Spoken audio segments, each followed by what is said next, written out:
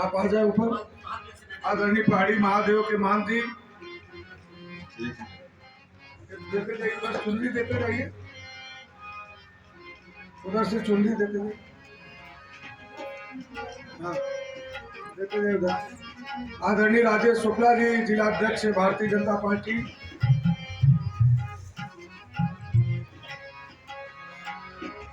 आदरणीय महंत पहाड़ी महादेव,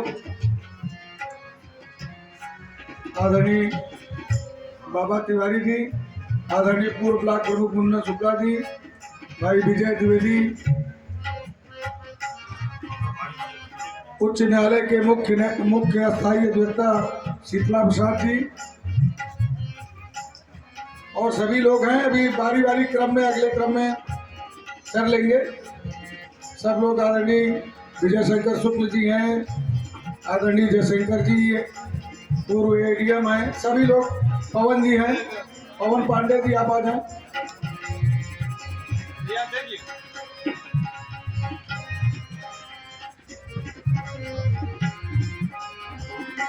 सभी आए हुए अतिथियों का स्वागत है, क्योंकि इसके बाद रीता भावना जोशी जी उसका उद्घाटन औपचारिक रूप से करेंगी। महाराज जी बता चुके हैं कि पूर्व में भी चित्रकूट में आपने किया है, तो दो शब्द उद्बोधन करने के बाद अपनी प्रक्रिया शुरू होगी, उसके बाद दूसरे सभी लोग स्वागत में आएंगे।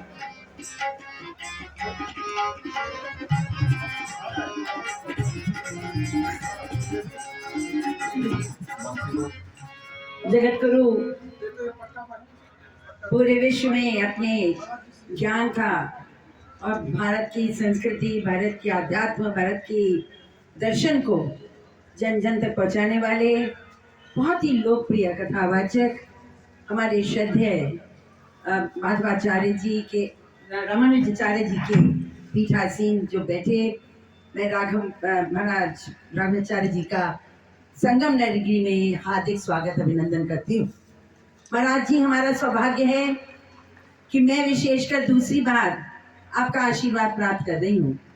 इससे पूर्व चित्रकूट में भी आपके दर्शन हुए थे और पूरे देश में, पूरे राष्ट्र में जगह जगह पर लोग, जो आप द्वारा जो इसका मंचन किया जाता है, जो भागवत का एक्सपोजिशन होता है, उससे लोग लाभान्वित हो रहे हैं। मैं तो इतने जानती हूँ कि भागवत से बड़ा शाश्वत सत्य कोई नहीं है, क्योंकि लोक हो परलोक हो, मानव हो चाहे जीव हो, चाहे विश्व का, ब्रह्मांड का कोई भी अंश हो, हमारे व्यक्तित्व का भौतिकवाद हो, रहस्यवाद हो, आध्यात्मिक हो, हमारा जितना भी जीवन का या ब्रह्मांड का जो भी अंश है, उसकी व्याख्या, उसके बारे में अगर हम खोजें तो भागवत में उसका दर्शन प्राप्त होता है। आज कोई भाषा ऐसी नहीं है जिसमें भागवत का अनुवाद ना हुआ हो, और पूरा विश्व भागवत को समझना चाहता है, क्योंकि भागवत में शांति भी है, भागवत में लक्ष्य भी है, भागवत में अपने कर्तव्यों का बोध भी है, और किस तरह से संबंधों को निभाया जाता है। और अगर कर्तव्य आ जाए सामने, तो कर्तव्य का क्या स्थान है, राष्ट्रवाद क्या है, मानववाद क्या है, सब कोई ऐसा, प्रेम क्या है, भक्ति क्या है, इस सब का दर्शन हमको भागवत में मिलता है। हम तो महाराज जी भौतिकवादी लोग हैं, अपने दिनचर्या में उलझे रहते हैं, फंसे रहते हैं, लेकिन जब आप जैसे महापुरुष आते हैं और हमारे बीच में ज्ञान का छिड़काव करते हैं, कुछ ज्ञान अर्जन हमको होता है, तो बहुत मन को शांति मिलती है। और ये लगता है, ये महसूस होता है कि हम बड़े सौभाग्यशाली हैं कि भारत की धरती पर हमारा जन्म हुआ है, और ऐसी धरती पे जहाँ ऋषि मुनियों ने, संतों ने, साधुओं ने, हमारे वैचारिकों ने हमें जीवन के हर पहलू से रूबरू कराया। मैं आपका स्वागत ही नहीं करती हूँ, ये आशा करती हूँ कि जमुना पार की धरती मेरे पिता की बड़ी प्रिय धरती है, हमारे परिवार की बड़ी प्रिय धरती है। हम लोगों का सारा जीवन इसी जमुना पार की सेवा में मेरे परिवार का 70 वर्ष निकला है। आज आप जब यहाँ पर आए और 7 दिन आपका जो यहाँ पर आपके जो वचन होंगे, उससे हमारा पूरा क्षेत्र सिंचित होगा, लाभान्वित होगा। घंटों से हमारे भाई बैठे हैं, बहनें बैठी हैं, मैं तो यही कह सकती हूँ कि राधे कृष्ण से बड़ी कहानी कोई नहीं है। भक्त और भगवान के बीच दूसरा कोई नहीं आ सकता। ये उसकी परम, एक कह लीजिए, एक एक सत्य है। तो मैं आपका स्वागत करती हूँ और आपको मैं ये आग्रह है आपसे भी कि हम लोगों का जो भी आतिथ्य है, खास तौर से मैं बहुत ही प्रशंसा करूंगी मिश्रा परिवार की, जिन्होंने आपको, सुशील जी ने, उनकी पत्नी ने बुलाया है, उनके माता पिता यहाँ उपस्थित हैं, पूरा परिवार है। पहली बार ये लोग भागवत करवा रहे हैं।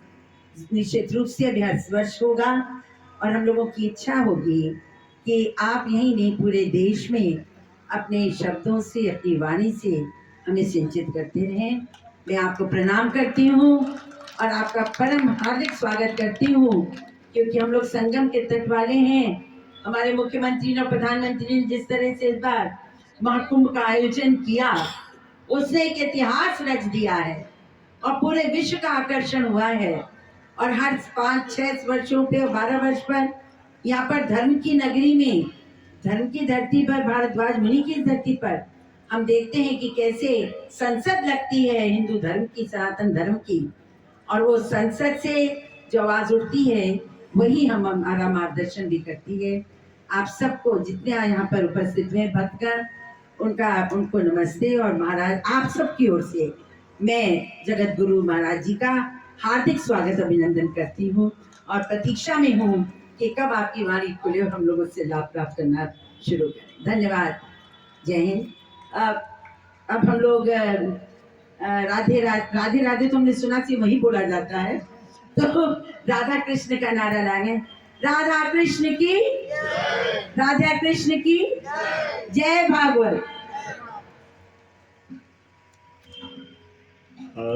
भदोही से पधारे हुए गंगाधर पांडे। समझती हूँ कि जो भागवत की कथा होती है उससे न केवल हमारे जीवन में दिशा मिलती है, बल्कि साथ ही साथ अपने आध्यात्म, धर्म, अपने संस्कृति को भी बढ़ावा मिलता है। तो आज हजारों लोग अगले सालों तक भागवत का आनंद लेंगे और 14 को भंडारा होगा।